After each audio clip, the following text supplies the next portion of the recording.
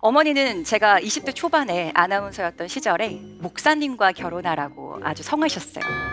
저는 그날 집을 뛰쳐나와서 회사에서 잤습니다. 엄마가 아빠랑 갈라서고 목사님과 결혼해! 이렇게 소리를 질렀어요. 그리고 또 하나는 굳이 여성을 지목해서 커피를 타오라는 상사도 있었는데요. 제가 그 커피를 타면서 속이 정말 부글부글 끓는 거예요. 지금 저를 보시면 말 그래도 잘하는데? 라는 생각이 드실 겁니다. 저는 엄청 말을 못했어요. 여성의 당당한 삶은 이렇게 두 가지 반하는 것에서부터 시작한다고 생각합니다.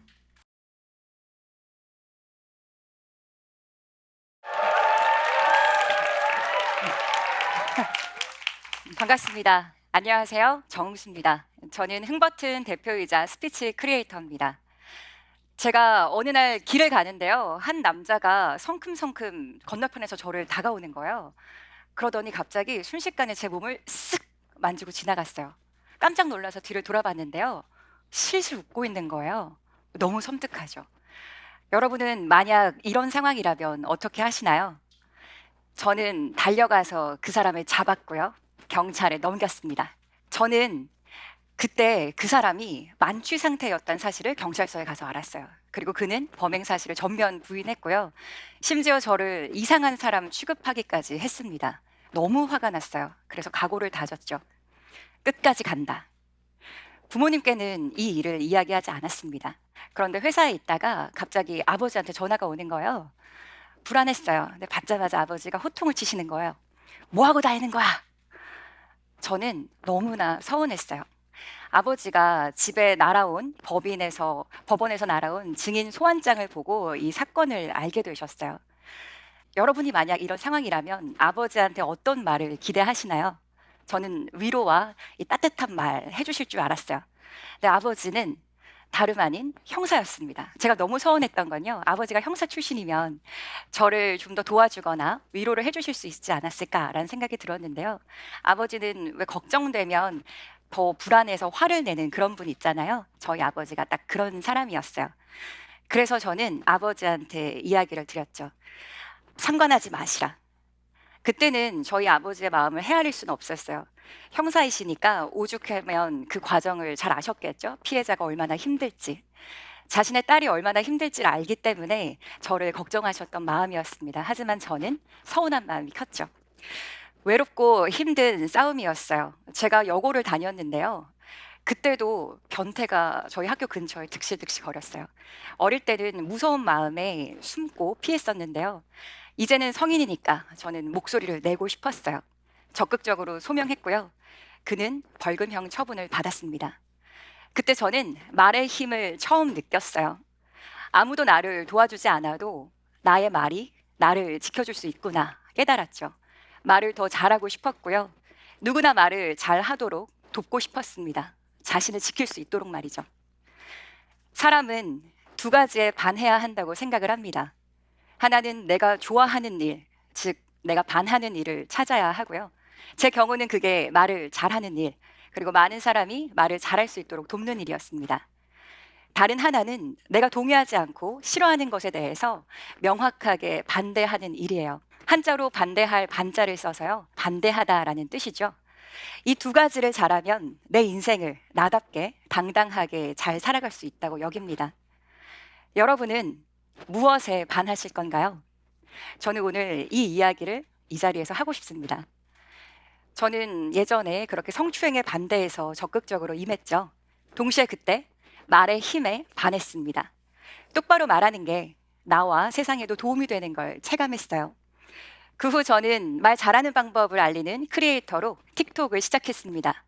지난해는 제가 책도 냈는데요. 말 잘한다는 소리를 들으면 소원이 없겠다. 이게 바로 책 제목인데요. 저의 소원이기도 했습니다. 여러분도 발표할 때 많이 떨리시죠? 지금 저를 보시면 말 그래도 잘하는데? 라는 생각이 드실 겁니다. 저는 엄청 말을 못했어요. 제가 최초로 반한 건 말 잘하는 사람이었어요. 말 잘하는 사람이 그렇게 멋있어 보였어요. 그 중에서도 지상파 아나운서가 최고로 멋있어 보였는데요. 저도 되고 싶어서 계속 도전을 했는데요. 29살 때까지 떨어졌어요. 신입 아나운서로 29살에 들어가기는 좀 나이가 많다 이런 생각이 들었어요. 왜냐하면 한 10년 전만 하더라도요. 여성 앵커는 젊고 남성 앵커는 나이가 더 많은 게 보편적인 방송계 추세였습니다. 저는 쇼호스트로 전향을 했습니다. 그런데 시간이 흐를수록 점점 힘들어지는 거예요. 그러다가 강연에 갔는데요. 정신이 번쩍 들었어요. 일주일 뒤에 죽어도 지금 하는 일을 할 건가요? 아니요, 절대 싫어요. 이런 말이 제 안에서 마구 솟구쳐 나왔어요. 아, 내가 죽음을 잊고 있었구나 깨달았어요. 원래 제 가치관은요, 프란츠 카프카, 독일의 문호가 한 말인데요. 삶이 소중한 이유는 언젠가 끝나기 때문이다. 죽음이 있기 때문에 우리 삶은 소중합니다. 이 죽음은 내가 선택하지 않는 이상 언제 올지 모르죠. 그런데 저는 내가 만약 오래 살 거라는 이런 막연한 생각 때문에요. 오래 일할 수 있는 직업을 선택했던 거였어요. 그래서 힘들었구나. 이건 내가 반한 삶이 아니었는데. 저는 당장 오늘 죽어도 여한이 없는 일을 하다가 죽고 싶었어요. 그 일을 샅샅이 찾았고요. 그건 바로 사람을 돕는 일이라는 걸 깨달았습니다. 저는 비록 지상파는 못 갔어도요. 케이블 방송국 아나운서로 일을 했는데요. 뉴스를 보도하면서 정말 행복했어요. 그 이유는 뉴스가 누군가의 삶에 보탬이 된다고 믿었기 때문이에요. 그리고 깨우쳤죠. 제가 진정 반한 건 도움을 주는 말이구나. 그저 능수능란하게 말을 잘하는 게 아니라 누군가에게, 사람들에게 또 희망과 위로를 전하는 말. 제가 반한 건 바로 그 말이었습니다. 그렇게 저는 제가 반한 일을 하기 위해서 스피치 강의에 뛰어들었습니다. 하루에 10시간씩 쉬는 날 없이 강의를 했고요. 일을 너무 많이 해서 건강에 이상 신호가 생기기도 했습니다. 그리고 직접 만나지 못하는 사람들을 위해서 말 잘하는 방법을 알려주고 싶었는데요. 이게 바로 제가 틱톡을 시작한 이유였어요. 안녕하세요. 예쁘게 인사하는 법. 이 영상이 제가 틱톡에 올린 첫 번째 영상이었는데요. 올리자마자 50만 조회수가 넘으면서 인기를 끌었어요. 그렇게 틱톡을 시작하면서 저는 온라인 클래스 제작도 하게 됐는데요. 코로나를 겪은 최근 3년 동안 제가 만든 온라인 강좌는 10개이고요. 각종 교육 플랫폼에 유통을 했거나 지금도 유통을 잘 하고 있습니다. 저는 이렇게 스피치 분야에서 1위로 자리매김을 했어요. 게다가 현재는 KBS에서 말 잘하는 방법을 알려드리는 라디오 패널로 고정 출연도 하고 있습니다. 지상파에 갔죠. 이렇게 제가 반한 걸 계속 해 나가기 위해서는요. 제가 반대하는 걸 명확히 주장할 필요도 있었어요. 어머니는 제가 20대 초반에 아나운서였던 시절에 목사님과 결혼하라고 아주 성하셨어요. 저는 그날 집을 뛰쳐나와서 회사에서 잤습니다. 엄마가 아빠랑 갈라서고 목사님과 결혼해! 이렇게 소리를 질렀어요. 그리고 또 하나는 제가 회식 때 어떤 상사가요. 임원 옆에 앉으라고 지시를 하는 거예요. 하지만 그 임원은 제가 누군지도 모르는 그런 사이였어요. 왜요? 반문을 했고요. 앉지 않았어요. 굳이 여성을 지목해서 커피를 타오라는 상사도 있었는데요. 제가 그 커피를 타면서 속이 정말 부글부글 끓는 거예요. 그 커피잔을 주면서 말을 했습니다. 이게 마지막입니다. 요즘은 자기가 자기 돈 내고 자기 커피를 받아오는 시대입니다. 그 상사의 얼굴은 더욱 부글부글 끓더라고요. 저를 잘 모르는 사람들은요. 이렇게 강한 저의 모습들을 보고 깜짝 놀라요.